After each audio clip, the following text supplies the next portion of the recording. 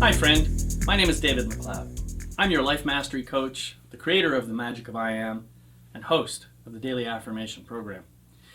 Welcome to this week's video. At any given moment in my life, there are all kinds of things going on.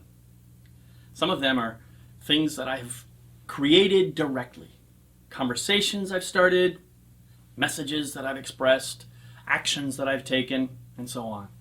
So I have quite a bit of control over how they impact me and how they impact the world around me. There are other things going on that I may have been less involved with.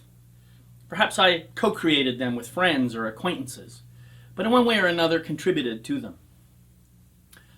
I may still have some influences over these sorts of things, but less so because I'm not the sole creator, so I may not have as much control over how they impact me or my surroundings. And then there are other things, generally on a larger scale, such as political events or stories that are reported in the news, that I really had no part at all in creating, but which still impact me and my world.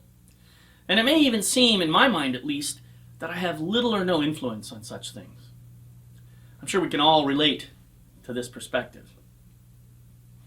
The interesting part of this, though, is what happens inside me when I become aware of some of these larger scale events, especially those which seem damaging or destructive. For many of us, when we hear about tragic events like this, we tend to react with fear and anger, and we allow ourselves to imagine getting even, making those bad guys pay for what they've done.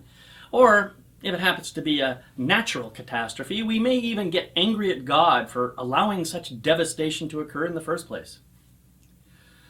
What I've learned is, when I respond with fear or anger, I'm actually just adding fuel to the fire.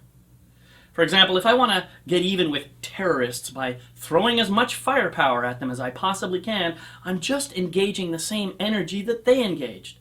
And as Albert Einstein so eloquently observed, you can't solve a problem by using the same energy that created the problem in the first place. In other words, if we want to put a stop to the kinds of things that we really don't want in our lives, we have to approach the problem from the attitude of seeking a mutually beneficial solution.